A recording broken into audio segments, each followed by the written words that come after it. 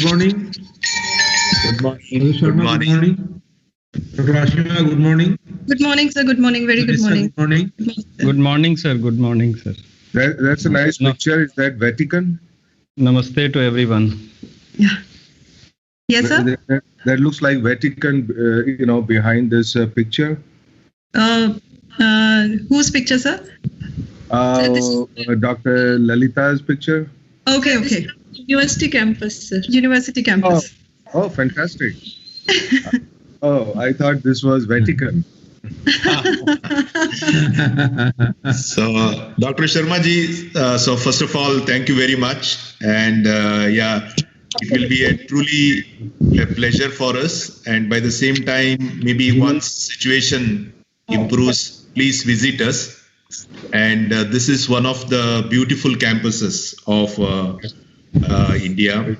And it is not only the infrastructure, and it is a green building.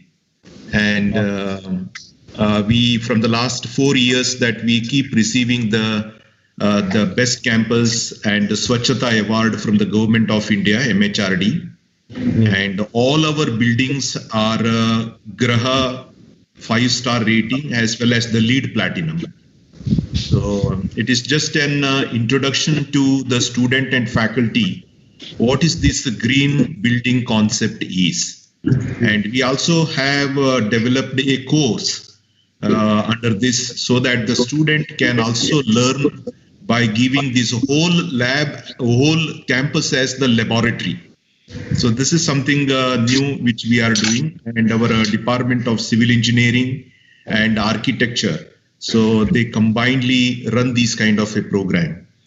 Okay, and apart from that, of course, there is a lot of research activity that which we have initiated. And again, NAC A+ accreditation in the first round of our cycle. So these are a few things which we have done, and maybe once the situation improves, so please visit us and also see our campus, meet our faculty. It's indeed very impressive. I'm so glad to see that the good universities in the country are doing so well. Manipal has been known for a long time, but the Jaipur campus I have now had the pleasure of seeing. How many students are there? So we started in 2011. We started with the 300 students in the beginning, and right now about 9,500 students we have in the campus. Oh, that's fantastic. Yeah, so totally UG and PG, we have nearly 60 programs together, 60 different academic programs. And nearly about 700 PhD scholars are working right now, so at the various years. And we have 5 different faculties as per the structure, 5 different faculty. One is the Faculty of Engineering, the second one is the Faculty of Sciences, Faculty of Design, Faculty of Arts and Law, and Faculty of Commerce and Management. So these are the 5 faculties. And the Faculty of Sciences now, where Dr. Anup is heading as a dean, and we have these physics, chemistry, mathematics, biological sciences and all. They are not only the supporting department, and they are the nucleus and with the interdisciplinary. So they collaborate with all the other faculties and doing a marvelous job, especially on the external research grants, patents, good number of publications and all. So this is what, because in most of the colleges which I have seen, sciences are only the supporting departments. They are giving physics, chemistry for the engineering. Of course, they are doing it, but they have their own entity and recognition, especially in the research part of it. So Ashima was always talking about you, and we have requested her. So at least we must also started interacting with you. Yeah, it is very essential that sciences have their own identity as humanities and social sciences. and not just be viewed as a totally service department, because that's the only way to get good faculty members and have a vibrant, atmosphere there. Everybody has ambition to grow in their own, discipline. So I'm very glad to know that this is not simply supporting, structure. That's a very good philosophy.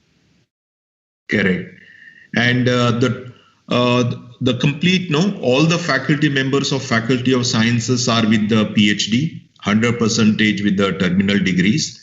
Maybe more than 50% of them, they also have the postdoctoral research in one of the premier institutions, both in India and outside. So this is the very good part of it. So that is what, although we are in the beginning, so next year is our decennial year, 10th year. So of course, with the support from our main campus in Manipal, so the institution is doing very well, both in student number, student activity, engagements, and the type of the curriculum which we designed. And already we are into this new education policy, NEP 2020. Now we are looking for the change in the curriculum. And so all those kind of, so whenever we talk about the curriculum must be competent, it must be relevant. Okay, so there must be some kind of a fun in learning, because most of the time, so the fun part is missing. So that is why outside the classroom, there is a lot of activities which we do. Some of them may be a part of the curriculum, but even if it is not a part of the curriculum, we would like to, encourage these people to participate. So, and some of the researchers, sir, what we are doing, it is not for the cause of research. So it is all socially relevant kind of a research which we are doing. And we have adopted nearly about 5 villages nearby.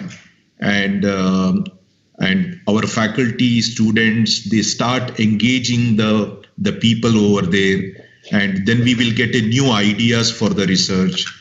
And just like you might have heard about this Jaipur food, okay, which is one of the very famous, but we collaborated with them now to develop a Jaipur hand, because a hand degree of the mobility will be a very challenging. Mr. Mehta is still looking after it, the Jaipur food setup.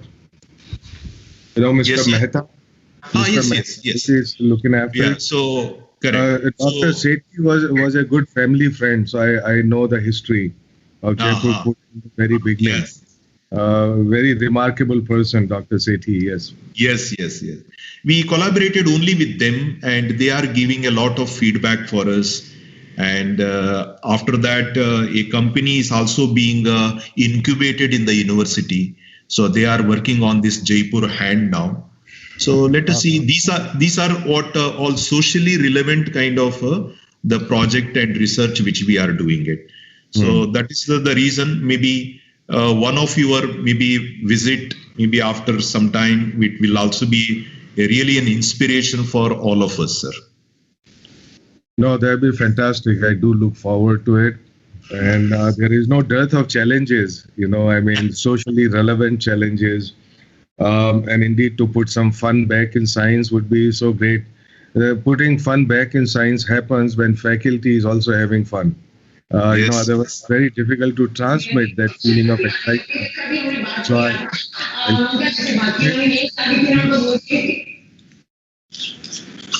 maybe it's time to start for you. Yes, sir. Okay, so Ashima, if the Yes, things sir. are right, because sir has maybe, we can start, okay? Yes, sir. Thank you, sir. So, Dr. Mishra, we can proceed now. Sir. Okay. Ashutosh sir, may I request you to please unshare the screen for some time?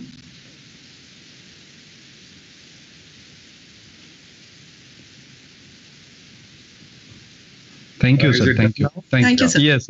Thank you so much, sir. Thank you. Shashank and Nikita, please begin. Yes, sir. A very good morning to one and all present here. Today, I, Nikita, and I, Shashank, are privileged to be your host for this ceremony. We warmly welcome you to the inaugural session of the International Conference on Multifunctional Nanomaterials, hosted by the Department of Physics, Manipal University, Jaipur. I will start this program with a prayer to the Goddess of Knowledge, Ma Saraswati.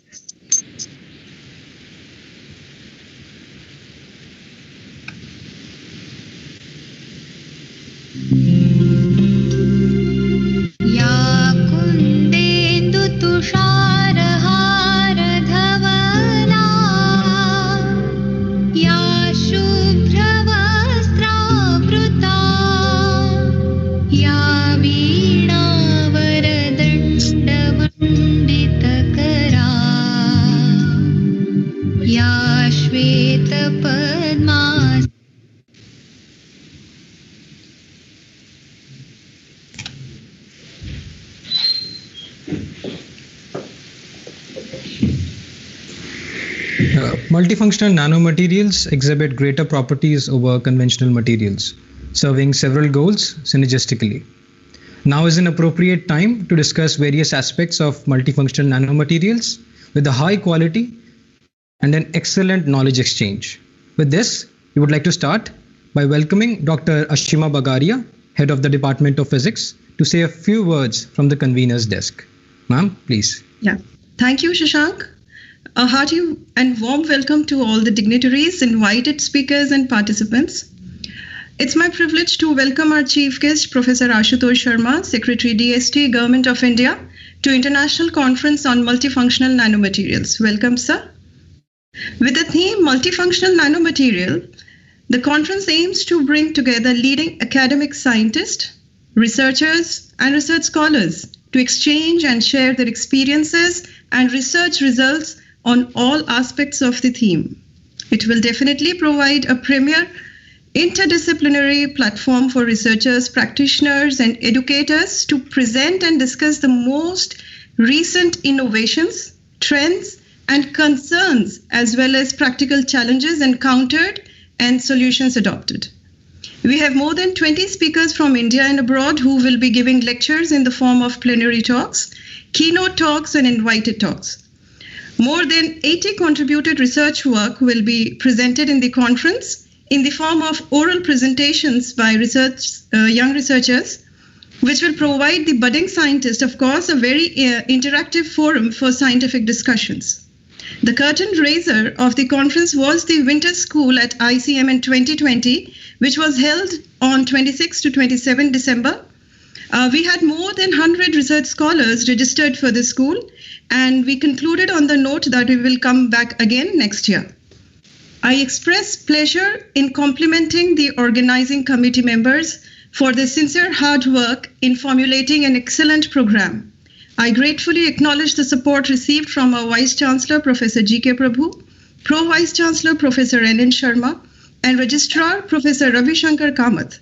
I convey my special thanks to Professor Anup Mukhopadhyay, Dean, Faculty of Sciences, and Professor Lalita Ladwani, Director, School of Basic Science, for the constant encouragement. Once again, on behalf of Department of Physics, I extend my warm greetings to all distinguished speakers and participants in ICMN 2020. Looking forward to a fruitful and exciting scientific deliberation in the conference. Thank you. Thank you, ma'am. We are now going to listen to the welcome speech by the Director of the School of Basic Sciences. Please welcome Professor Lalita Ladwani. Thank you, Nikita. Namaskar and good morning to all delegates, participants of the International Conference on Multifunctional Nanomaterials. The Chief Guest of the function, Honorable Secretary, DST, Government of India, Professor Ashutosh Sharma, Professor R.D. Mishra from University of Texas, President, Manipal University Jaipur, Professor G.K. Prabhu, Pro-President, Manipal University Jaipur, Professor N.N. Sharma, Registrar, Manipal University Jaipur, Professor H. Ravi Shankar Kamath, Dean, Faculty of Science, MUJ, Professor Anup Kumar Mukhopadhyay, Head, Department of Physics, Dr. Ashima Bagaria, entire organizing team, participants, students, faculty members, ladies and gentlemen. It's indeed an honor, great joy and privilege to share some of the highlights of the School of Basic Sciences at this occasion, especially in the august presence of Professor Ashutosh Sharma. The Department of Physics, who is organizing this conference, it is a constituent of the School of Basic Sciences. So the School of Basic Sciences has started its functioning since the inception of the Manipal University Jaipur in the year 2011. The school operates through 5 departments that are Department of Biosciences, Department of Chemistry, Department of Computer Applications, and Department of Mathematics. And of course, the important one who is organizing this particular conference, that is Department of Physics. And the school operates under the Faculty of Science. And as mentioned by the President, that our university is believing in enhancing teaching and learning process through interdisciplinary research, which is having some societal connect. And these days, the interdisciplinary research is considered as a baseline, and which can further enhance to fill the gap which is there between academic institutes and industries, so that the complete circle can be there in order to serve to the society in eco-friendly and cost-effective manner. I'm very glad to mention that most of the faculty members are having good exposure from premier institutions from not only India but worldwide. And in last 5 years, a good number of research publications are being produced in high quality peer-reviewed journals.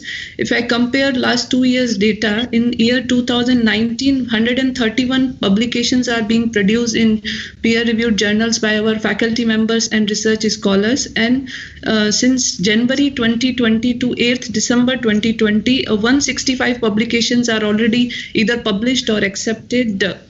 So we believe in enhancing teaching learning process by inculcating good research potential, not only among research scholars, but students at UG and PG level as well. And I'm very pleased to mention that in short span of 5-6 years, more than 4 crore rupees funding is being fetched by our faculty members and research scholars from national and international government and private funding agencies. We also have initiated things in line with filling the gap which is there between industry. So our faculty members have initiated some startup programs as well. And in academic level, at UG level, BSc and BCA program are being offered by the school, and at PG level, MSc program in different disciplines, and at MCA program is also being offered by our computer applications department. I would wish to congratulate Dr. Ashima and her team and entire organizing team of this conference for taking this initiative. Once again, thanks to Professor Ashutosh Sharma for gracing the occasion. We are deeply honored and privileged with your presence, sir. Thank you so much for giving time to this important activity, and we are looking forward to have good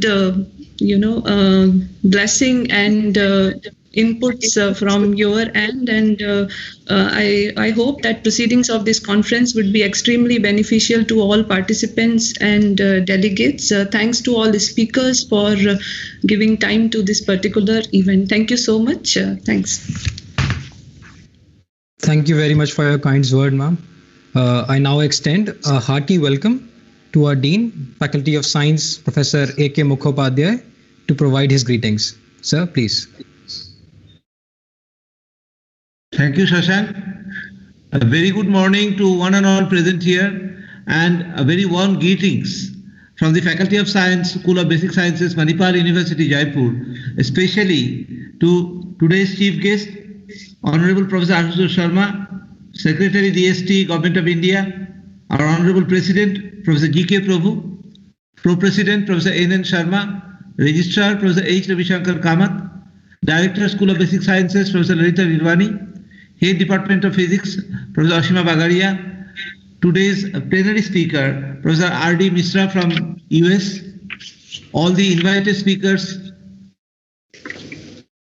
plenary speakers, and keynote speakers, as well as the student contributors to this conference of 3 days ICMN 2020. Also my faculty colleagues from the Department of Physics, from the School of Basic Sciences, other faculties, other deans and directors, functional unit directors, colleagues from the Manipal University Jaipur, research scholars, students, ladies and gentlemen. It is my proud privilege to welcome all of you to this August gathering, especially in the presence of Professor Ashutosh Sharma and the Manipal University Jaipur Department of Physics, and as such the School of Basic Sciences, as pointed by Professor Lalita Ridwani, is a research-driven faculty and research-driven school. We have more than 500 publications, more than 9 patents, 400 crores worth of internal funding from inside India, granting institutes like DST, ACRB, DAE, DRDO, ISRO, and others. Also, we have the most prestigious Erasmus project from European Union budget in collaboration with the mechanical engineering.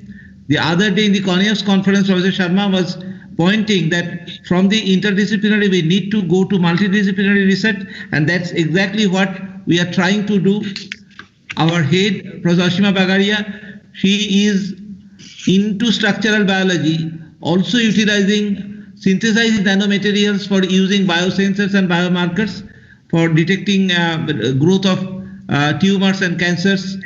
Similarly, all our faculty members are oriented towards the multidisciplinary research. Maybe we'll need some more time to be coming into the picture in a big way, but our faculty are also in the ploy for playing for Atmanirbhar Bharat. We also have startups by our faculty members, Professor Mausami Devnath from the Department of Biosciences, and also from Professor Lalita Ridwani, Director School of Basic Sciences, leading from the front. Also our students are having startups, and that's where I believe the great future that I can see for Manipal University Jaipur. And also I would like to mention that all our students have the industry connects, and also they regularly visit many industries to have an industry immersion. Similarly, our faculty members are given the chance to have the connection with industries, to visit them and to encourage their own learning and to enhance their own learning. So overall, we are going at a great pace, and we hope to bring in all the knowledge in this excellent domain of multifunctional nanomaterials into the action, so that we can have a better future, particularly today when the whole world is reeling under the pressure of pandemic. I'm sure that this 3-day conference will provide to all the researchers, academicians, scientists, industrialists, participants from India and abroad a great takeaway, so that they have more challenges and more questions than answers to debate and continue their journey.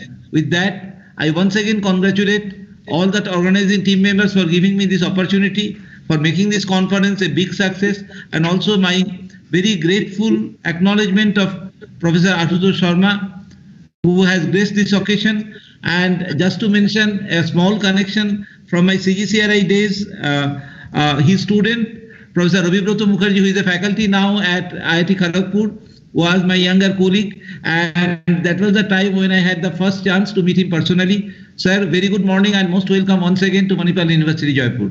That's all from my side, sir. Thank you. Thank you, sir. May I now request Professor H.R. Kamath, Registrar, Manipal University Jaipur, to address the gathering. Good morning and greetings from Manipal University Jaipur. Respected Chief Guest of today's function, Ashutosh Sharma, Chief Secretary of Government of India and heading Department of Science and Technology, Vice Chancellor of Manipal University, Dr. J.K. Prabhu, Professor N.N. Sharma, Pro-President, Professor Anup Mukhopadhyaya, Dean FOS, Dr. Lalita Ledwani, Director FOS, Dr. Ashima Bagaria, HOD Physics. It gives me immense pleasure to be part of this inaugural function. The Manipal Education Group, with its heritage of excellence in higher education for over 65 years, established Manipal University Jaipur in the year 2011.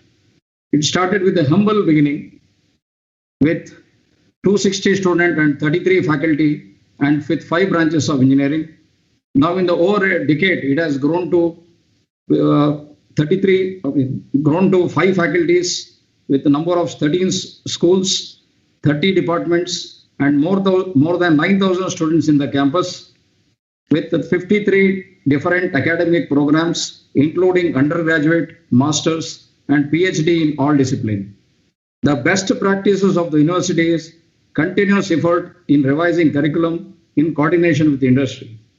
Experimental learning by encouraging students to execute interdisciplinary projects.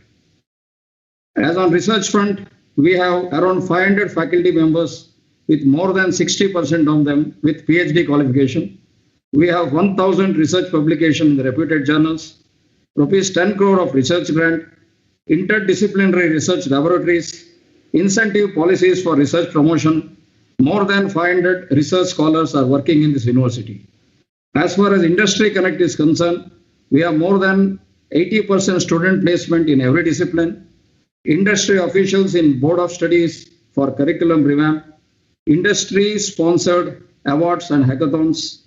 As far as internationalization is concerned, we have MOU with more than 80 overseas partner universities from 21 different countries, very strong student and faculty exchange program.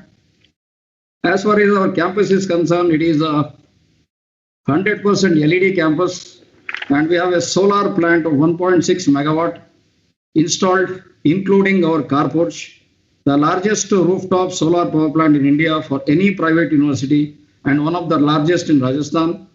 First LEED Platinum Graha 5-star rated educational campus in India. It's a zero discharge campus. We have a rain water harvesting, wastewater recycling and reuse, and groundwater recharging. So this is the fastest growing university, and recently we are awarded with NAC A+ during February 2020. So with this, I wish the conference all the best.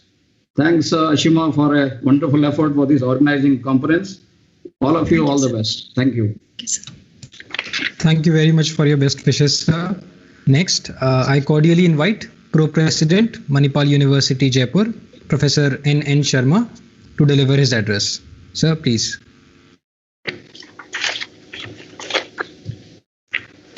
Sir, you are muted, sir.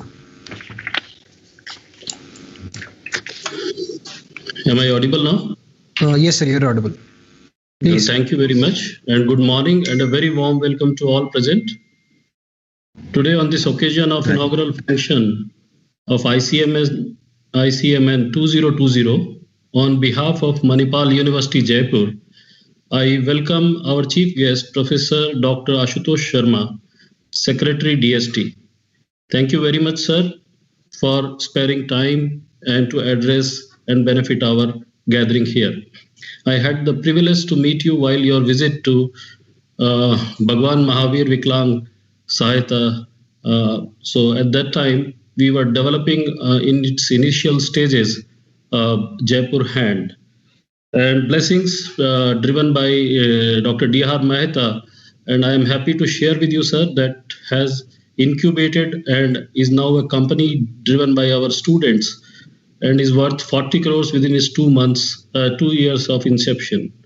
So that is the drive with which Manipal University Jaipur in its 10-year of quality journey, that we do research with a social connect. I mean, for the problems which are waste to wealth, and that is the motto of some of so that is how we are moving, sir, forward. Thank you very much for sparing time. We look forward for your visit to our campus, sir. Our Honorable President, Professor G.K. Prabhu, is a leader who leads by example, and his presence for last 2 to 3 years, and university is progressing in a very fast mode, receiving recently the NAC A+ in 2020 February. Thank you very much, sir. In fact, the plenary speakers, the keynote speakers, all delegates and participants, thank you very much contributing this very important event, that is multifunctional nanotechnology. I would also like to congratulate the Department of Physics, Manipal University Jaipur, and I greatly hope that the delegates available on this virtual platform will be tremendously benefited by the lectures and interactive sessions throughout the schedule of this conference. In the current age, science, research, and technology all need to come up with better and more effective solutions for various challenges. To analyze complex systems, we often call for crossing the disciplinary boundaries in order to generate new knowledge and to drive innovation. I personally find, and most importantly, and broaden the interaction between researchers from different disciplines benefit everyone and broaden their horizons. As we can see, the central theme of this international conference is multifunctional nanomaterials. Nanomaterials exhibiting better properties, greater properties over conventional materials, serving several goals synergistically. They are gradually attracting more and more attention because of their ability to accommodate numerous properties, I think, as electronic, magnetic, and optical and catalytic. This international conference, ICMN 2020, a very timely event and contextual. I am sure within the span of 3 days, an exceptional knowledge exchange will take place among students, academics, researchers, and scientists. I convey my heartfelt wishes to the organizers for bringing and illuminating galaxy of speakers. Thank you very much. Thank you. Thank you, sir. Now, with much honor, I would like to call upon the President, Manipal University Jaipur, Professor G.K. Prabhu, to share his views on the conference. Good morning. Nikita, am I audible? Yes, sir. Okay. Thank you. Okay, so good morning, everyone. Professor Ashutosh Sharma ji, the Secretary, Department of Science and Technology, Govt of India, who is the chief guest today for the inaugural program. Professor R.D. K. Mishra ji, the University of Texas, who is also giving a plenary speaker. Other eminent guests and delegates of the conference. My colleague friends, Professor N.N. Sharma ji, Professor H.R. Kamath ji, Professor Anup ji, Professor Lalita ji, and Professor Ashima, and all the members of the organizing team. And this is a very important international conference on multifunctional nanomaterials. So I would be very happy to see the progress, the initiation the department has taken. And this is a very apt occasion for us to remember our founder, Dr. Tonsei Madhav Anantapai, TMA Pai. As you know, the Manipal is a place in the southern part of Karnataka, is in a coastal area, and where this the educational institution have emerged, and soon after independence of India in 1953. And yes, it started with one medical college, which is a very well-known Kasturba Medical College, KMC Manipal, which is now it is one of the top 10 medical colleges in the country. And then it's an engineering college like MIT Manipal. And initially this college was considered as Manipal Engineering College. Our founder went to Massachusetts in 1974, got inspired by Massachusetts Institute of Technology, MIT. And then he came back and renamed this college as an MIT, which is Manipal Institute of Technology. And after about 60 years, we are very happy to see the media says that this is another MIT, where it produced a lot of good prominent alumni. Even Satya Nadella, who is the CEO of Microsoft, he is an alumnus of this great institution. After establishing this group of institutions, today we are very happy the Manipal is known and it is also being recognized as an institution of eminence by the Govt of India.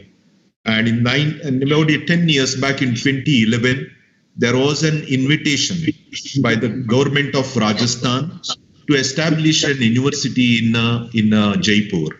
And with their invitation, there is a new university in the State University Act. It is being established. And as you know, in the 10 years of operation, the university has brought the name and fame for itself, as well as to the entire state and the country. So today we are very happy and to see these kind of an interactions, the collaboration of in the conferences. But due to this COVID-19, yes, I miss some of the opportunities to host all of you in this beautiful campus. But again, when we talk about the campus, it is not only the physical infrastructure, so that which we are hosting, but apart from that, it is a very vibrant student and faculty community. And this is the one, or what do you say, the opportunity for us which we missed to host you physically. But I'm sure that situation will improve. And once it is back into the normal, then again, that we can, it is our pleasure to welcome all of you into the campus. But again, let us say that let us give more and more time for the delegates to interact and discuss and collaborate on the scientific feast. So I will not take much of your time. Majority of the university activities and its stated is already being communicated by all of you. And but again, it is my pleasure to once again welcome all of you for this very important program. I'm sure there would be a lot of deliberation which happens, especially in the theme of nanomaterials, and hope that there would be, this deliberation will help you to work better when you go back to your own working desk. So with these few words, ladies and gentlemen, once again, I congratulate Dr. Ashima and entire team for making this as an effort to host this conference. And it is also ably supported and under the guidance of Professor N.N. Sharma ji, Anup ji, and Lalita. So again, thank you very much. And over to Shashank. Thank you very much for your kind greetings, sir. I now humbly invite our plenary speaker for the ceremony, Professor R.D.K. Mishra, University of Texas, El Paso, USA, for his congratulatory remarks. Sir, over to you. Thank you.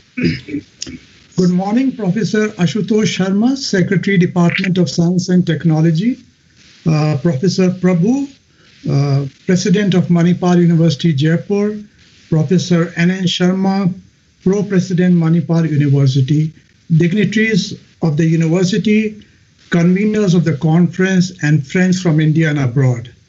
It is certainly my pleasure and privilege to be part of this very important event. And so I would like to certainly mention this before I go a little more deep into the conference. I do understand that even though I have not visited the campus, but I do understand that the campus of Manipal University is absolutely beautiful. And it is the highest rated campus in India with world-class campus life and infrastructure. I'm eagerly looking forward to visiting the university as soon as possible. Now, coming back to the conference, given the fact that it is a materials-related conference, so I would like to say a few words about the evolution of materials and their significance. So, you know, the existence of materials can be traced to 2000 BC, or we now call it before Common Era. See, for instance, flint, a ceramic material, which is essentially glass, or to be more specific, it is silica. It was an important material in an age when stone, pottery, and wood were the only engineering materials at that time. And the reason is very simple. Flint could be shaped into a sharp edge. So it was used as a knife or a weapon. So that was the Stone Age, or now we can call it the age of ceramics. But later on, people discovered how to make metals. So slowly ceramics they were replaced by metals.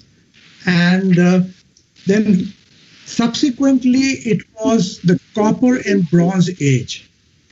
And in fact, the consumption of copper and bronze determined who the world powers were. And that was around 1500 BC. Subsequently came the iron and steel age, advanced materials age, and now we have the nanomaterials age. So now if we look around us, there is currently an upsurge in new materials and nanomaterials. And the reason is very simple. We recognize as on today, and I'm not saying from a US perspective, but I'm saying from a general perspective, that materials have a significance to national economy more than the value of materials themselves.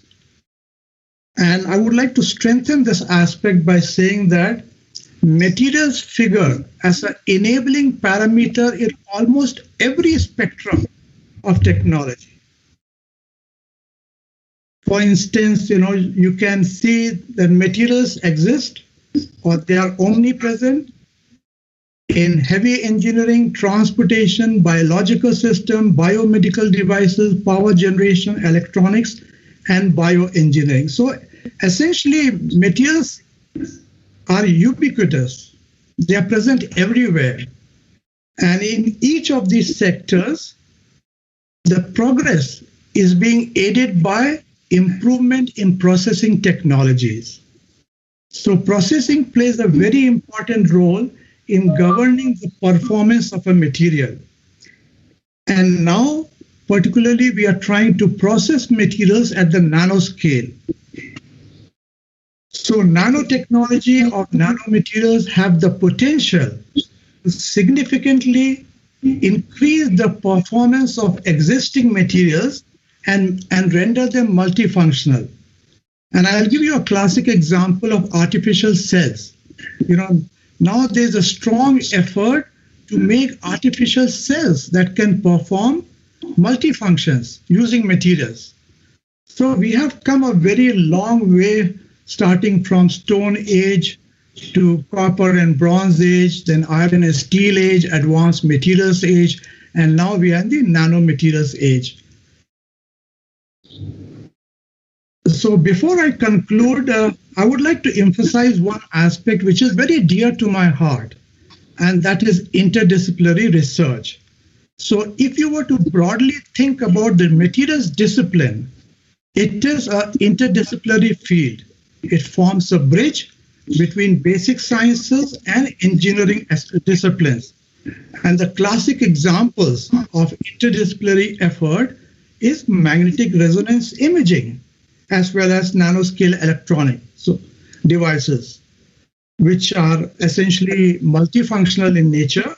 So I would definitely request the young researchers of Modern India or Atmanirbhar Bharat who are attending the conference to foster interdisciplinary research in the years to come, because true knowledge can only be obtained in multiple disciplines. And there are no borders in interdisciplinary thinking. So let us try to break the barrier and interact with one another so that we can promote excellence in science and engineering. In fact, I use a term called experiment in organizing excellence. That's the word I use, or phrase I use for multidisciplinary effort. And in fact, the topic that I've chosen today is a multidisciplinary effort where chemists, physicists, biologists, polymer scientists, they have come together to address the challenges of the future. So lastly, I would like to congratulate the entire team of Manipal University Jaipur for organizing this wonderful event. And special thanks are to Dr. for inviting me to this splendid event. I'm confident that the conference will be a great success in spite of being conducted virtually and not face-to-face. So thank you and wish you all a very happy and prosperous New Year. Thank you, sir. May I now request Professor H.R. Kamath, Registrar, Manipal University Jaipur, to introduce our chief guest to the gathering.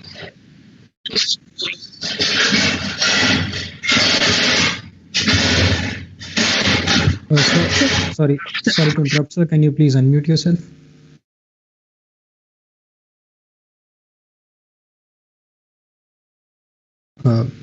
Professor Kamath, sir, you are not unmuted, sir.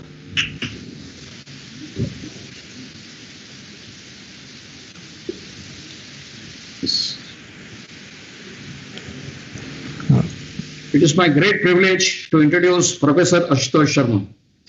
Professor Ashutosh Sharma is a secretary to the Government of India since January 2015, heading the Department of Science and Technology, where he helped to initiate several new programs related to infrastructure and human capacity building, innovations and startups, R&D in advanced manufacturing, waste processing, clean energy and cyber physical systems, industry academia cooperation, science communication, women scientists, and major international collaborations in the areas of priority of the nation. Ashutosh Sharma received his PhD from the State University of New York at Buffalo in 1988 and MS from Pennsylvania State University in 1984 and BTech from IIT Kanpur in 1982.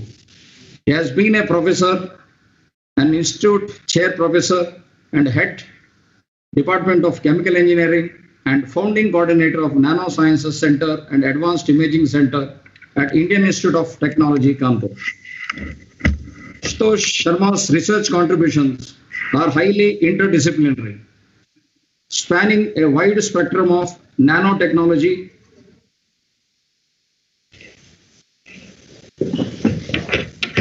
polymer films, nanocomposites, and devices in energy, health, environment, functional interfaces, micro-nano mechanics, and a soft matter, nano-patterning, nanofabrication, colloid and interfacial engineering, biomaterials and biosurfaces, wetting and adhesion. He has published over 350 peer-reviewed papers, filed over 15 patents, given over 150 invited or keynote conference presentations, and mentored a successful nanotechnology startup. Ashutosh Sharma is a recipient of numerous honors and awards, including the inaugural Infosys Prize Engineering and Computer Science, TWAS Science Prize of the World Academy of Sciences, Bachelor Research Award of the Humboldt Foundation, J.C. Bose Fellowship, S.S. Bhatnagar Prize, Homi J. Baba Award of UGC, the Syed Hussain Zahir Medal, and Meghnad Saha Medal of INSA, Distinguished Alumni Award of IIT Kanpur, and Sunny Buffalo, Florida Award, the Lifetime Achieve Award of Indian Science Congress, and several Doctor of Science honorees, including from Sunny Buffalo and Jadavpur University.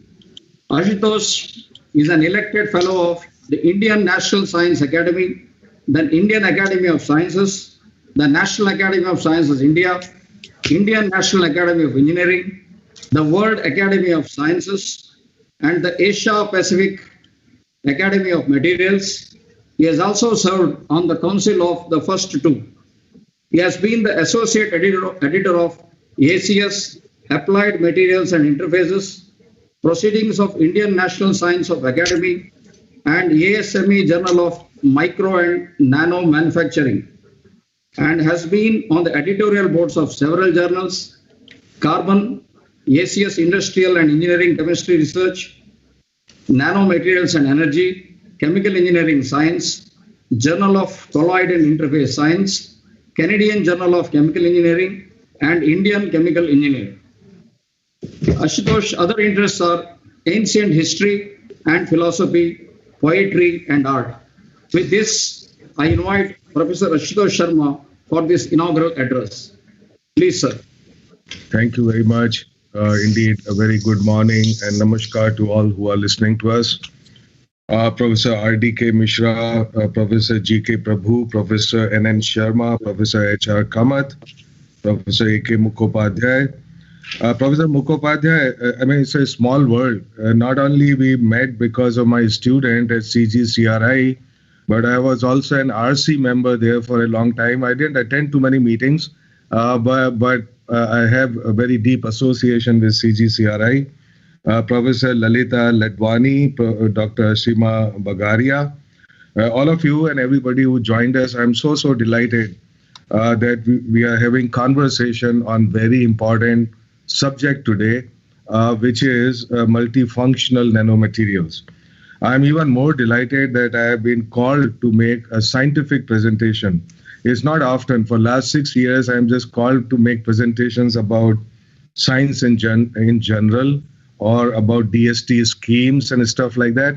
So I'm really happy that I get to talk a little bit about science, but also about the processes of doing science.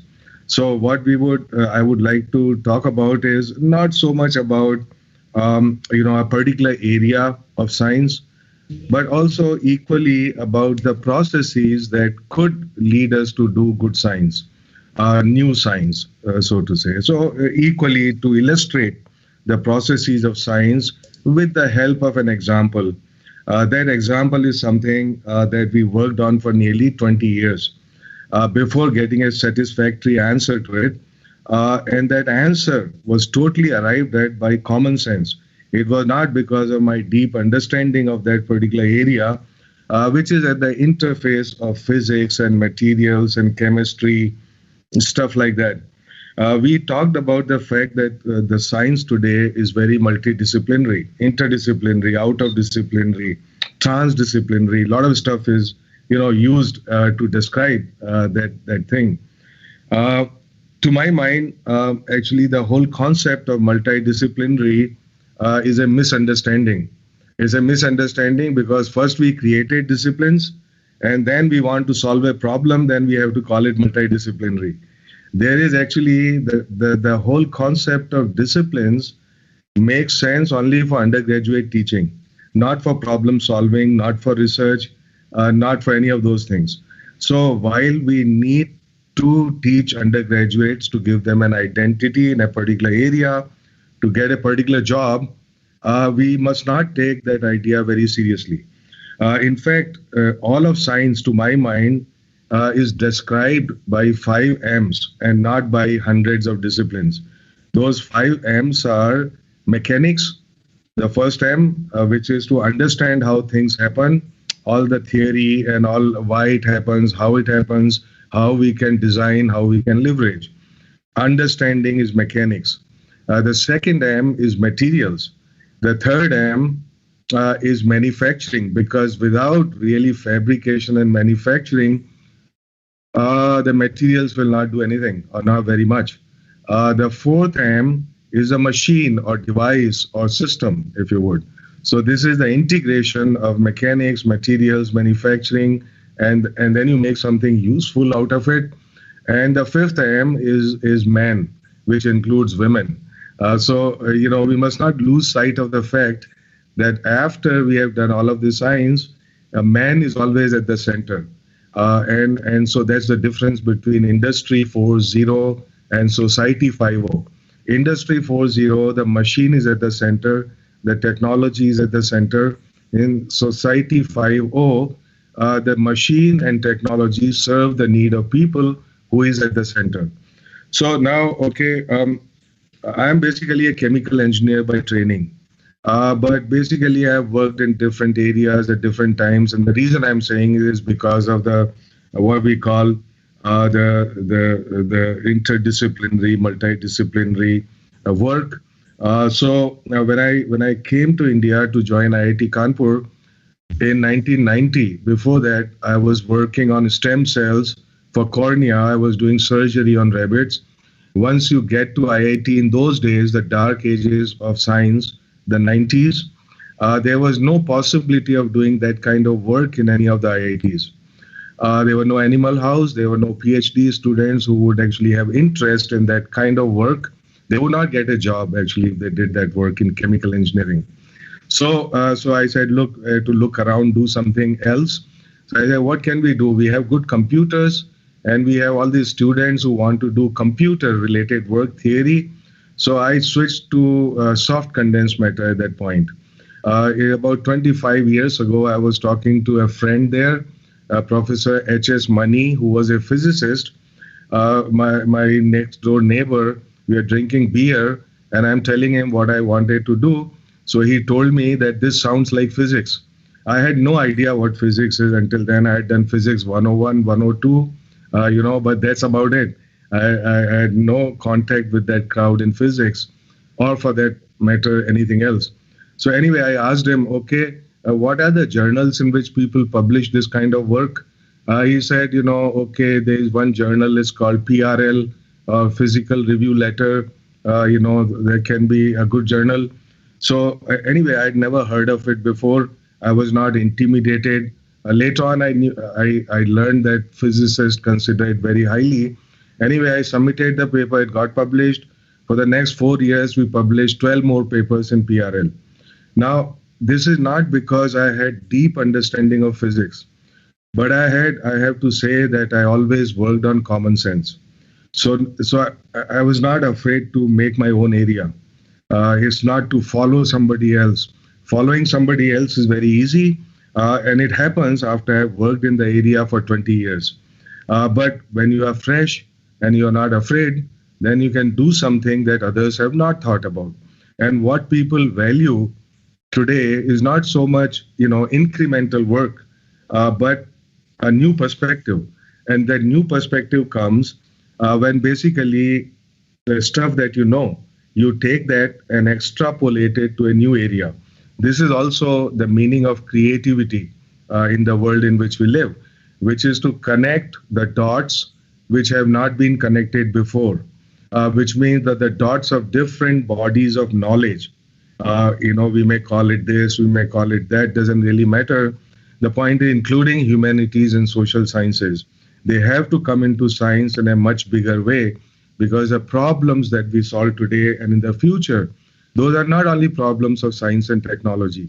Those are equally problems of implementing, permeating that science and technology, whether it is about sustainable development, whether it's about environment, it's about climate change, it's about the rise of antimicrobial resistance, it is about the rise of intelligent machines.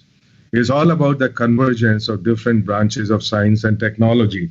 And so it's very, very important that today we totally emphasize the fact that there is no such thing as organic chemistry. There is no such thing as inorganic chemistry. Of course, they are there, but those are the tools of the trade. There are two ways of doing research, either what we call tool-centric or the problem-centric. So tool-centric is basically I know some tools from my area and I look for problems that match or some aspect of problems that match those tools. Other way of doing research is problem-centric, which means a problem is multidimensional. It requires many tools. So either I should learn that or put together a team which works seamlessly, which means they understand each other. They understand each other's value, which is very important because culturally, we all train to regard our own domain of knowledge as supreme. I've heard people say that, my science is the mother of all sciences. Other people equally claim that they are the father of all sciences. Some are cousins, some are sisters. I don't really know. I think this has no meaning at all to my mind. So therefore, if we are committed to science and the problem solving, the faster we get out of this and consider everybody equally important, the better off we would be. Now, thinking about materials, you see, this is a very interesting subject, of course. I don't know if you can see my slides or have I shared them? Not yet, sir. No? Oh, what happened here? Open shared. Okay. All right. Can you see it now? Yes, sir. Yes. Oh, okay. Fantastic. Yes, sir, we can see it now. Yeah. Very good. Okay. So about materials, you see, the first thing, let me say, is while science is very complex, is getting more and more complex all the time, is getting narrower and deeper. So there is a lot of complexity. Often that complexity can be addressed by common sense. And common sense, again, is connecting the dots of knowledge that have not been connected before. This is very important because with the rise of intelligent machines and artificial intelligence, machine learning and all that, you see what is unique to humans is common sense. So machines, it would take very long time for machines to develop common sense, which means to learn from your experiences in some other area and then extrapolate it to a new area. Right? So we know already that any problem of pattern recognition, no matter how complex, can be done much better by a machine than by humans. So there is a huge challenge going forward in the future.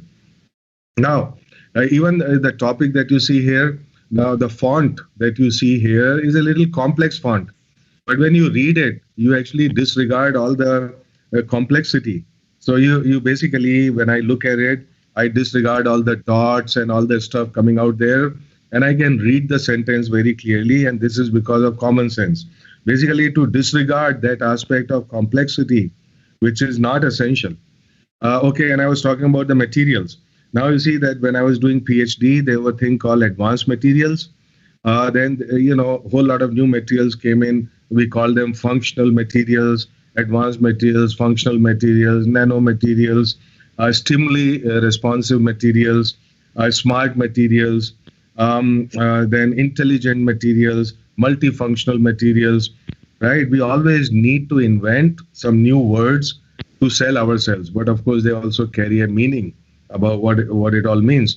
I think going forward in the future, we can look at the rise of conscious materials so that we can have conferences like ConMet, going forward. I have copyrighted this term, so if you see it 10 years down the road, you know where it is coming from. And eventually we may have even wise materials or spiritual materials and so on. But it's a very vibrant area. It's fantastic to be part of material science community, at different times in my career. Now, why is common sense so important? Because of, we said, the convergence of co-arising of technologies, a rise of intelligent machines, sustainable development, managing data, information, and knowledge, because we live in a knowledge society. What would determine our success in the future is not so much the raw material you have. The raw material would be the data, information, the information, and the knowledge and the use of that. So now, what are the challenges of our science? If I were to look at overarching challenges of science today, when we look at so-called basic sciences, invention and discovery science, we have to bring in more quality and more relevance in it. So not just being followers of what is happening somewhere else, but to define leadership in certain areas. That's important. When we look at applied science and solution science, then it is the relevance and direction of that science which is very important, and is forward linkages with startups and industry and society at large. Okay, so in terms of processes of research, I don't want to belabor this point too much, but to say, look, scientific common sense is very important. So is lateral thinking and connecting the dots, which is the meaning of creativity, being interdisciplinary about problem solving, carrying our tools and concepts across different silos of knowledge, which is called the portability of knowledge.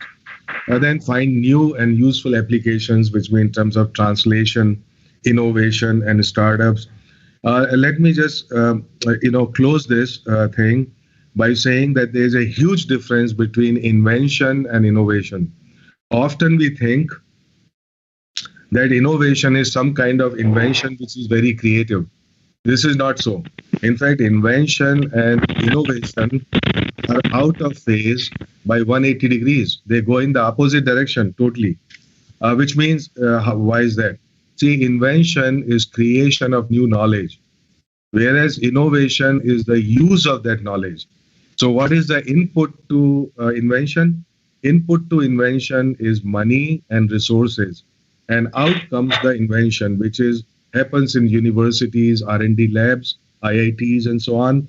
Innovation, the input is that knowledge, and the outcomes new socio-economic opportunities.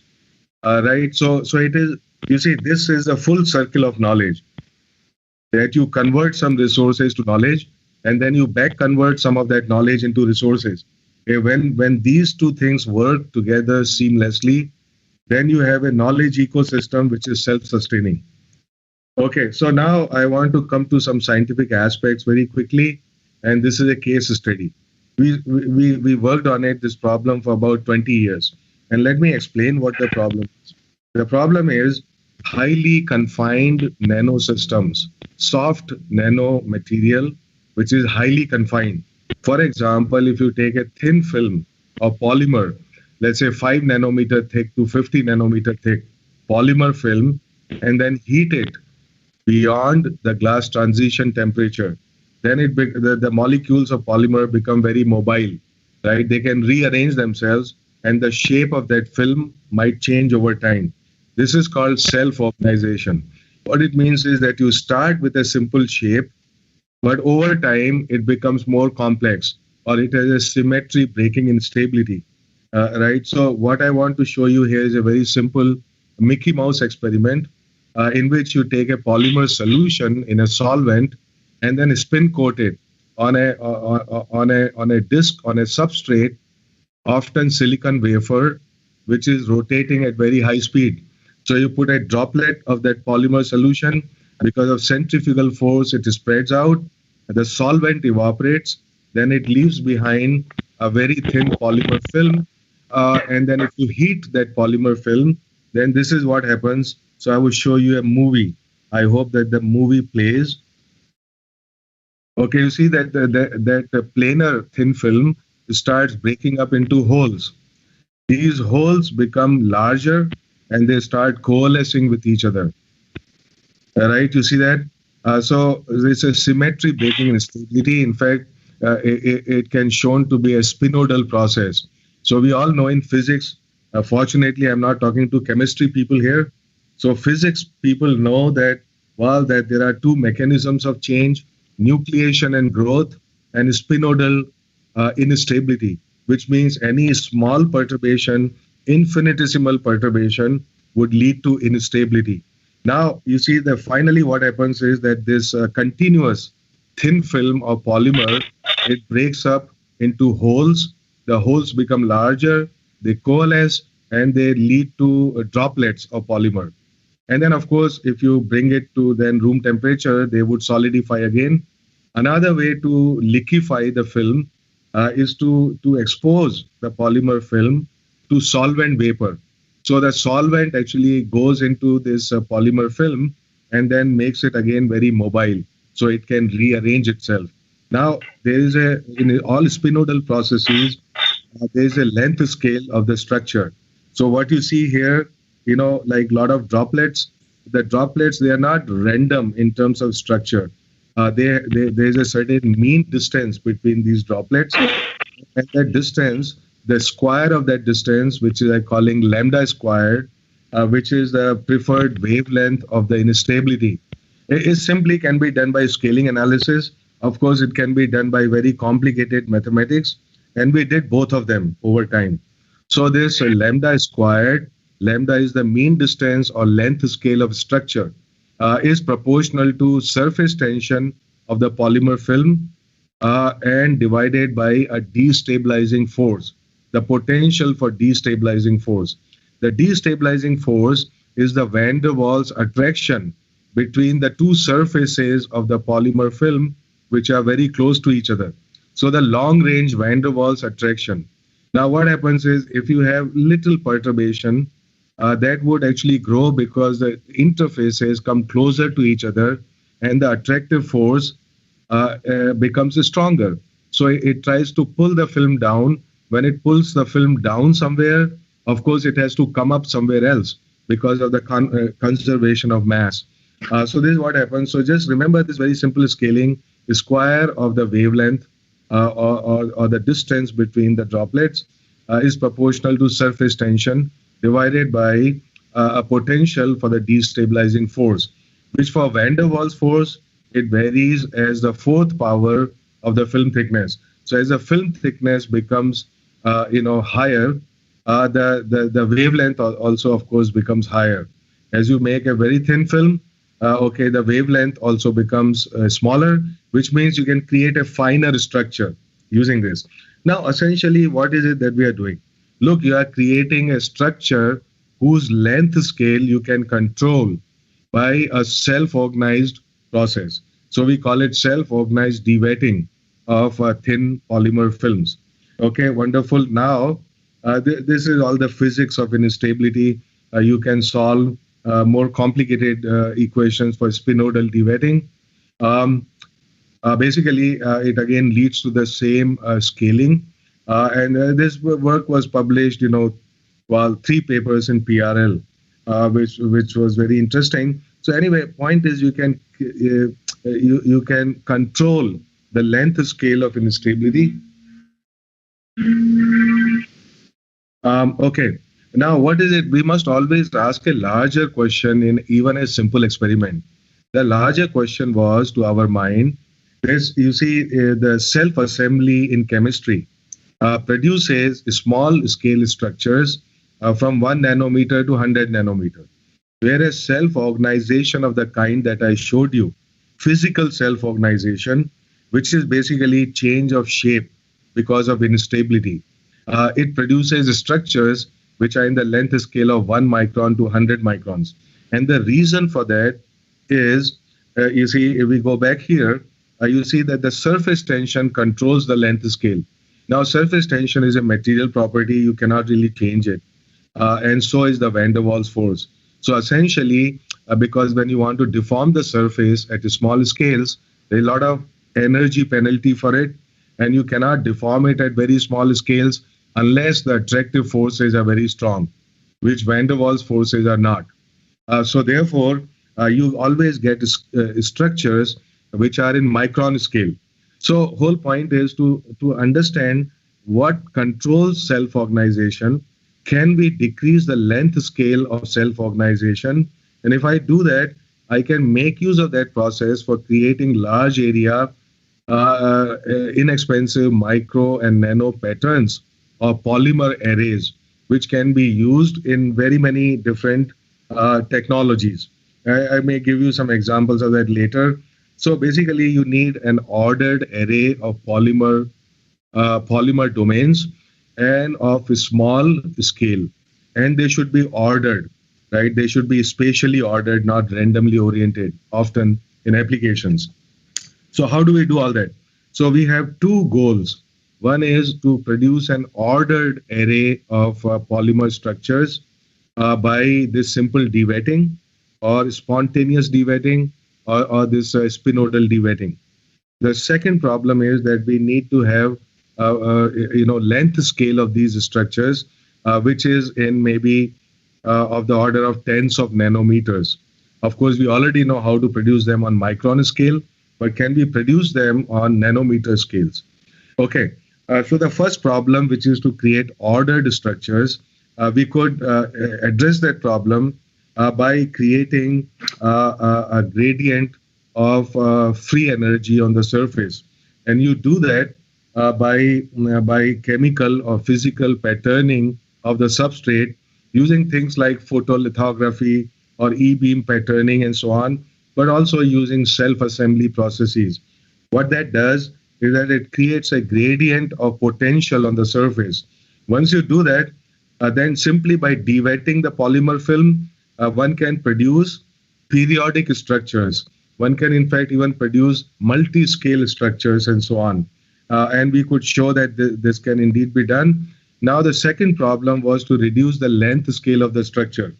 As I pointed out, that we want self-organization to look like self-assembly, right? So self-assembly is a bottom-up process. whereas self-organization is a kind of top-down process. And so at some scale, they have to start meeting each other. Okay, so what were the problems? You see, there were more than 30, 40 groups around the world who has worked in this problem for many decades. We also did that, right, like everybody else. Of course, we have done we were kind of pioneers in many of the areas of related to thin film physics, physics and technology.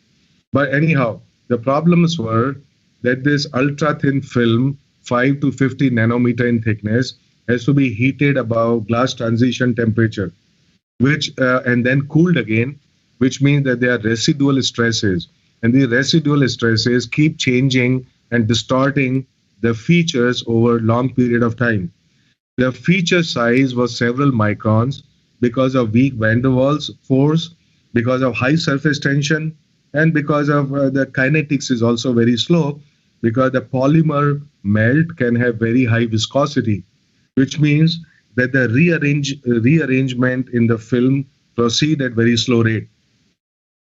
Finally, patterns with arbitrary complex geometries and sharp corners could not be created by this kind of self-organization. Why? Because you see, organization is happening in liquid state. And we know that because of surface tension, in the liquid state, you cannot create sharp corners. They become rounded. They become rounded because of surface tension. So these were the major set of problems. And, just one day waking up in the morning, I say, hey, this is a very simple problem. And there is one solution to all these problems. And the solution is so obvious that most of the scientists, when they see this solution, they hate it. They say, this is not, this is not science. I don't know if it is science or not, but it's certainly common sense. Okay. So before we came to common sense, we had also written a lot of these kind of papers. You see here, these are very complicated equations, 8th order, nonlinear, partial differential equations, that we are solving for the kinetics of this thin film, right? They were all very good papers, right? But at the end of it, it did not give us physical insights into what is the solution to this problem. You see, please remember, what is it we want to do? We want to decrease the length scale of the problem. In other words, we want to create structures spontaneously, right, without making use of machine tool. We want to create spontaneously very small scale structures, basically tens of nanometer scale structures. And, doing all this very great mathematics and stuff, it did not give us that insight. Okay, so the solution to the problem was simple. Basically, what you do is that you take this polymer film and then you put it under a mix of liquids. Now, this mix of liquids, it has one good solvent for that polymer. It also has a lot of non-solvent, like, for example, for most polymers, you take a good solvent, an organic solvent, and a non-solvent may be water. So something like methyl ethyl ketone for particular polystyrene or some other polymer, and a lot of water. And sometimes to make a homogeneous mixture between this organic and water, you may have to add another component, in this case acetone. This is just one example, but this is a very general approach. So what are we going to be doing is first spin coat a solid film and then put it in this solution. What is that going to do? You see, now the good solvent, it goes into polymer and it liquefies it at the room temperature. So you don't need to heat it. At the same time, you don't want polymer to dissolve, right? Because otherwise you have killed the problem. Okay, the polymer is also gone, right? So now that can be prevented by putting in sufficient amount of non-solvent like water in the mixture. So basically solvent goes in, but polymer does not come out. Okay, now you see the most important thing about this is that the interfacial tension of the polymer film becomes very small. In fact, it approaches nearly zero. Why is that? Because by definition, the surface tension or interfacial tension between a polymer and a good solvent is nearly zero. and that is why polymer dissolves in a good solvent. So therefore, the problem we had with the interfacial tension, which determines the length scale of the structure, we can actually get rid of that surface tension problem totally. And it also turns out that the destabilizing forces get stronger because of, in this particular case, it is the electrostatic forces that govern the instability rather than the van der Waals forces. And there are no residual stresses. Okay, perfect. All you are doing is, now you are doing the self-organization, not in air, but you are doing self-organization under this magic mix of a good solvent, a non-solvent, and that basically it. Once you are done with self-organization, you pull the polymer out and it would freeze. The structure that you have created would turn solid again and it would freeze, and then you can use it. Okay, so here are some examples of doing that. So you take, this is a PMMA film, a polymer, and then you put it in this magic mix. And in fact, you start getting very interestingly square fluid domains, right? So you see these domains that start evolving by de-wetting of the polymer film. Now, these structures, in fact, they don't look like liquid droplets. In fact, they have sharp corners. They are square, right? But even though they are in fluid. So how is that possible? That is possible because the surface tension is close to zero. So it takes very long time for this structure to round up its corners. So you can freeze the structure anytime. In fact, you can create structures which look like they are created by photolithography or they are created by electron beams. But actually, it's all happening as a fluid, right? So you can create structures which have sharp corners, for example, by doing this. In fact, you can also, okay, there's a whole lot of work in this, so because of the lack of time, I would skip most of it. But to say that, okay, now you create all these structures, you have to find a lot of uses for them. You have to develop them as a technology. And then say, can I make sensors out of it? Can I make biosensors out of it? Can I make microfluidic, nanofluidic devices out of it? Here is one application that we found for these structures. So what you see here are little polymer droplets, right, which are organized in an array. Right, to see here, there's an array of polymer droplets which are frozen, so they can be used as a lens to do basically nanophotonics. You can do basically using these polymer lenses. One can also do imaging beyond the diffraction limit. So you see here that little polymer lens which is put on top of the grooves of a Blu-ray disc. Now, outside of this lens, even if you were to use top quality optical microscope, you would not be able to see these features because of the lambda/2 limitation on imaging. But under these nano lenses, you are able to resolve the tracks of the Blu-ray. And that is because of what you call the near field imaging, which is a very interesting area. Don't have time to get into it. But basically, once you create an array of micro and nano lenses, you can find a lot of uses for it. For example, near field detection of low intensity optical signals. You can use it as a compound eye, for imaging very fast motion, signal enhancement, a whole lot of optoelectronics, CCD arrays, and so on. And then micro lens projection lithography. This is very interesting. The idea actually came by watching a little movie. It used to be my favorite. Here is a clip from that movie. We all know this movie called Mughal-e-Azam.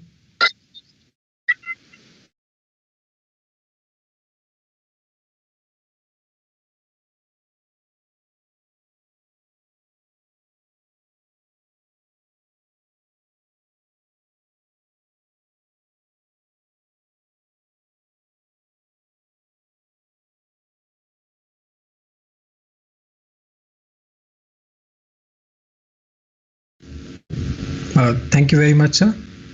That was quite an informative presentation. I'm sure we are all very grateful for you to provide your scientific insights. Shashank, please stop. Let sir. Oh, I'm sorry. Was there a problem in watching the clip? Sir, you've changed your screen. Fine.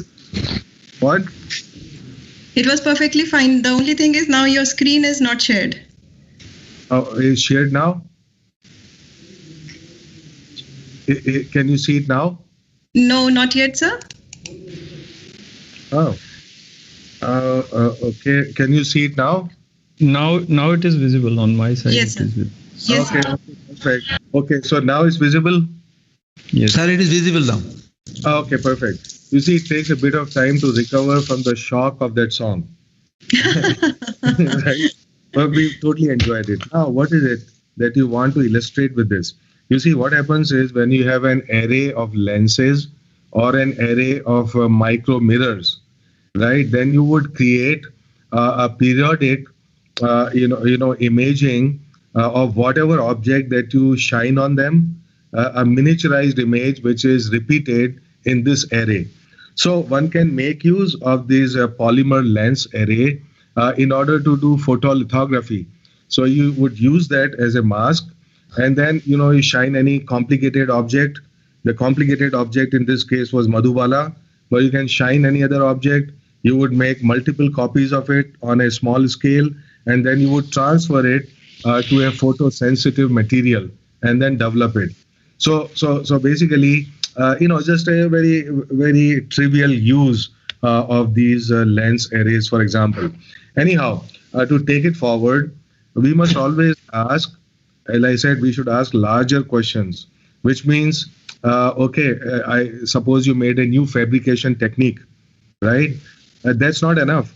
We must ask several questions. We should say, is this technique portable across different materials?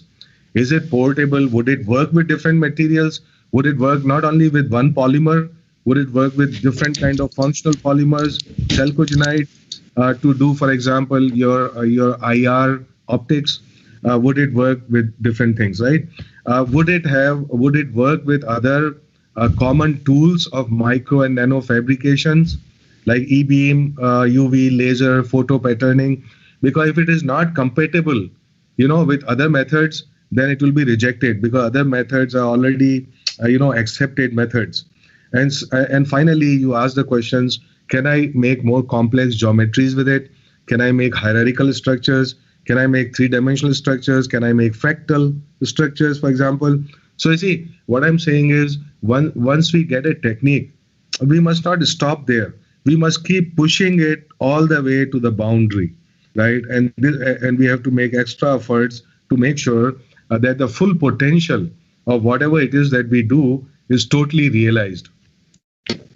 So here are some examples of working with complex geometries, also working with different functional materials and so on. Well, it turns out that by combining this de-wetting technique, self-organized de-wetting technique, with other techniques like photolithography and E-beam, it is possible to create far more complex multi-scale structures, which can be of use in many cases. Again, I don't have time to go into it. This is example of working with chalcogenide, materials and doing the same thing with them. So essentially showing, look, because this is a technique which is based on physics, it is not a technique based on chemistry. So therefore, it is not limited to a particular set of materials. Now, for every different material, you can find a good solvent and a non-solvent, and you can make a thin film of that material by different techniques, either by spin coating or coating by other means and so on. So essentially, your tool is very flexible, and you can make use of different materials and create more complex geometries. Okay, so basically, I've come to the end of that example, and it's been a very fascinating journey. My group over the years, or over 2 decades, must have published more than maybe 50 or maybe 70 papers in this area. Half of them very theoretical, half of them very experimental, some of them related to technology and so on. So what I want to also illustrate, one fact with this, with my personal experience, that we must never forget common sense. Okay. And sometimes, solutions to the problems of physics, technology, and so on, it lies not so much in solving equations, because what comes out of equations is the same as what goes in the equations. We can never get anything new out of it, right? So it's good to think a little bit physically, so to say. While it is called common sense, actually it's no longer very common while we learn science. So that's a very critical factor that we as teachers and we also as students and everybody should be totally aware of. Now, I think that I'm run out of time, right? Would somebody tell me how, am I out of time now? No, sir, you can take your time. No, I cannot. If you allow me to take my time, I will go for another one. It's very hard. No, please continue. It's very hard to get professor, off a mic. So that's it. I have the same problem. So you just tell me how much minutes are left, and I will do accordingly. Dr. Ashima, could you tell her? Sir, you can take. You can conclude, sir, as per your work. No issues in that. Okay, fine. So let's do it in 2.5 minutes. Okay. So what I want to leave here is, you see, there are two important things about doing science and innovation. In fact, we keep talking about this thing about, scientific temper. It's very important that we develop scientific temper. In fact, scientific temper is less about science and more about the temper. Okay, this is a very hard fact to explain. Because see, what happens is, what is scientific temper? Scientific temper is to make use of rational thinking, logic, evidence, data, do analysis, arrive at some conclusion, and stick to that conclusion. The sticking part to that conclusion is very hard, because often our conclusion is in conflict with my self-interest. Right? The true test of scientific temper is when my scientific conclusion is in conflict with my self-interest. Am I going to be making right decision? Okay. Now, I'm not being ideal. Okay. I know it is very hard actually to do that. So there is, of course, a process of science, and there is scientific temper, and scientific temper is not directly correlated to science education. It is far beyond that. We need scientific temper in the society to deal with these great overarching problems of humanity going forward in the future. Like I said, these problems of sustainable development, because a whole lot of this is not only a problem of science, it is a problem of participatory solution, which means that all stakeholders of science, technology, and indeed society at large must be on the same board, on the same page to be able to do this. These are not challenges we would meet squarely and effectively only by science and technology. While science and technology are very important parts of it, we must also emphasize the fact that as scientists, it's also our responsibility to develop scientific temper when something is at odds with the reasoning, logic, data, evidence. I must not put my petty interest in front of that and arrive at the wrong decision. Okay. Now, what is one important thing is, often we are, not leaders of science, but we are followers of science because we are not have the self-confidence to be independent, to question, to be critical, right? That's not culturally, it's not very encouraged from school years, not in school, not in college, not anywhere. Okay, the boss is always right. Okay, so that is counterproductive to doing good science. So, of course, the first thing about science was said not in the modern times, but by none other than Buddha 2,500 years ago. He said, believe nothing, no matter who said it, no matter if I said it, unless it agrees with your own reason and your own common sense. It also defines common sense. In the modern context, it defines what we call the scientific temper.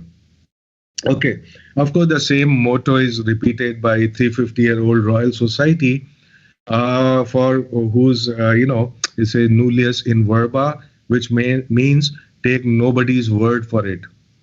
Okay, I think as scientists, we have forgotten a lot of it. Okay, and I think we need to put it back very strongly. Also, the progress of quality science does not depend on doing incremental work. So what it means is, if something has been found to be true in 10 different ways, it is much better to look when it is not true and therefore push the boundary of knowledge. Then again, proving it again the 11th time or 20th time and so on. A whole lot of papers, the research we do, the papers we publish, by definition, have to be incremental. I understand that, right? Because we have to build our CV, we have to build the CV of our students, because we live in a society which values, things like number of papers, citations, impact factor, which is a very different thing. We need 10 hours to talk about those things. Okay, so I'm not concluding anything there. All I'm saying is, while it is good, to shore up my CV by doing a lot of incremental work, the true satisfaction would come by taking risk, by doing more profound work, at least be thinking about it all the time, and keeping it, even if I don't devote 100% of my time to that, at least keep aside 20% time over long periods of time, right? So it's not like 100-meter dash. It is like a marathon, right? So we should keep running some 100-meter dash, but at the same time, be in the background, be all the time running a marathon, right? And so I think this would bring balance in how we do science, disruptive science, profound science, science by taking risk. So my final slide of this part is acknowledgements to my collaborators and my students for a long period of time. In fact, there may be some names which might be missing here, because this slide was probably made 8 years ago. I don't remember. But anyhow, all of them are doing well. They're all professors in some IIT or some abroad university or somewhere or other, which is very good.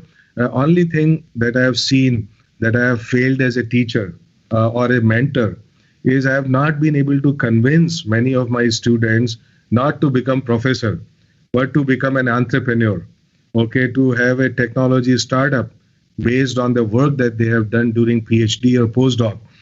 So I have been able to convince some of them, but not as many as I had wished, because again, it depends on our psychology, our risk-taking ability in our being disruptive. I have to say, every time I thought that somebody would succeed in a startup and entrepreneurship, they totally did, even beyond my imagination. It's just that they were not sure. I mean, this is a confidence that we have to bring in our students, that not only they can, but they will, right? This is a confidence, unfortunately, that we don't bring in our PhD training, and we don't bring it anywhere else in the education. So we prepare people for a job, but we don't prepare them for using their knowledge and creating, in fact, job opportunities for thousands of other people. So thank you very much for your patient listening. And I'm very, very sure I'm out of time. I have 40 more slides here, which we will do some other day. Sure. Thank you. I'll stop there. Thank you, sir. This was a very informative presentation. I'm sorry for interrupting in between. I'm sure we are all very grateful for you to share your work and your valuable insights on science and common sense in science. And you rightfully said that nature has no obligation to fall to the limits of our imagination. Over to you, Nikita. Now I invite the convener of ICMN 2020, Dr. KP Mishra, to propose the vote of thanks. Thank you, Nikita. And Shashank. Hello and very good morning to one and all present on this virtual platform. This is Dr. KP Mishra, convener of ICMN 2020, here to propose the vote of thanks for this inaugural session. It's certainly a great privilege for me to express my heartfelt thanks to the chief guest of this event, Professor Ashutosh Sharma, Secretary, Department of Science and Technology, Government of India, Sir, out of your busy schedule, you have spent this morning with us and thrown light upon various important aspects of nanomaterials, materials, and the general education as well. So, big thank you, sir, for on behalf of the whole MUJ family. I also feel great honor to express immense gratitude to Professor R.D.K. Mishra, University of Texas, El Paso, USA, a distinguished academic and an acclaimed researcher to the core, who is here despite it being almost midnight on its side. Thank you, sir, for your gracious presence on this occasion. Our visionary president, an able leader, and a wonderful human being, Professor G.K. Prabhu. Without the constant support and encouragement of him, this event would not have been possible at all. Sir, on behalf of the whole physics department, I express my deep gratefulness to you. Thank you, sir. Thank you very much.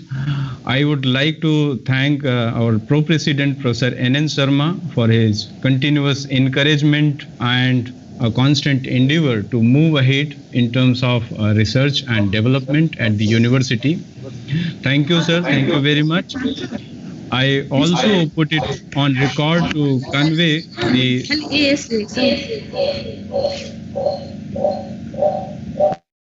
I also put it on record to convey my thankfulness to the Professor H.R. Kamath, an estate manager and the registrar of the university, for his valuable inputs in the better organization of this conference. Thank you, sir. I would like to thank Professor A.K. Mukhopadhyay, Dean, Faculty of Science, and Professor Lalita Ledwani, Director of our School of Basic Sciences, for all their help and support in organizing this conference. Many thanks to my head of the department, Dr. Ashima Bagaria, for all time support to bring ICMN 2020 into the existence of reality. I extend my thanks to all the keynote and invited speakers and contributors who will be sharing their knowledge within the span of 3 days of this ICMN 2020. I thank all my departmental colleagues and MUJ colleagues as well, and especially the committee members, Dr. Nilanjan, Dr. Anupam, Dr. Saikat, Dr. Uwais, and Dr. Reenu, for their help in meticulous planning and management of this conference.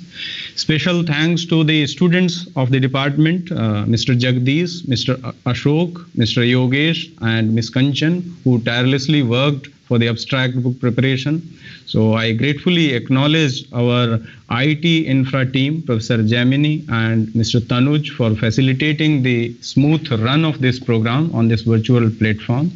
So finally, prostration and gratitude to that unmoved mover, the Almighty, who ensures that the universe keeps on moving and growing. Thank you very much. Thank you all. Thank you, Dr. K.P. Mishra. Ladies and gentlemen, we now reach the end of the inaugural session. Thank you for joining us here this morning. We will now proceed with the plenary sessions. May I now request Dr. Ashima Bagaria, Head of the Department of Physics, to introduce the chair of the plenary sessions. Ma'am, please.